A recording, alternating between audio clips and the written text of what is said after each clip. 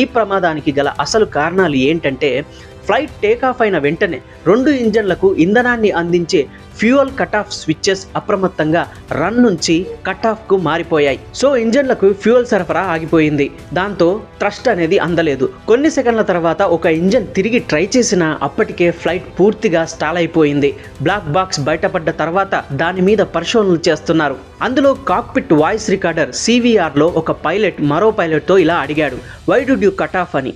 వెంటనే అతను I didn't do it అని బదులిచ్చాడు. అంటే వాళ్ళిద్దరూ కూడా స్విచ్ ఎప్పుడు మారిపోయిందో తెలియదు అనే స్థితిలో ఉన్నారు. అసలే ఈ fuel cut off switches safety మెకానిజంతో ఉంటాయి. ఎంతో గట్టిగా నొక్కి పైకి లాగి పెడితే గానీ ఆన్ ఆఫ్ అనేది పాసిబుల్ అవ్వని డిజైన్తో ఉంటుంది. కానీ ఇది అలా మారడం, పైలట్లకి అది తెలియకపోవడం చాలా పెద్ద మిస్టరీగా మారిపోయింది. ఇంకో షాకింగ్ విషయం ఏంటంటే 2018లోని FAA US aviation body Boeing తయారు చేసే విమానాల్లో ఈ స్విచెస్ విషయంలో ప్రాబ్లం ఉంది, అనుకోకుండా అలా జరుగుతున్నట్టు హెచ్చరించినట్టు కూడా తెలుస్తోంది.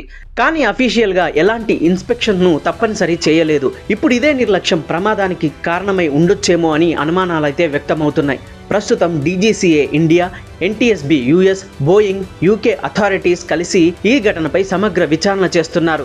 ఫ్లైట్ డేటా రికార్డులు, వాయిస్ రికార్డులను విశ్లేషిస్తున్నారు.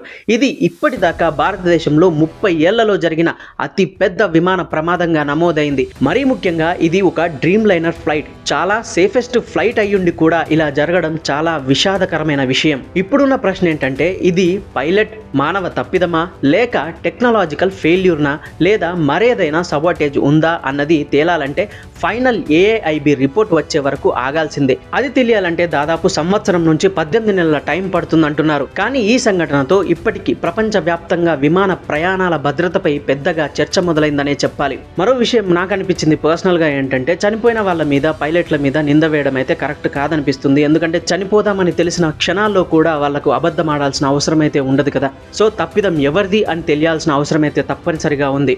ఈ సంఘటనపై మీ అభిప్రాయాలు కామెంట్ చేయండి.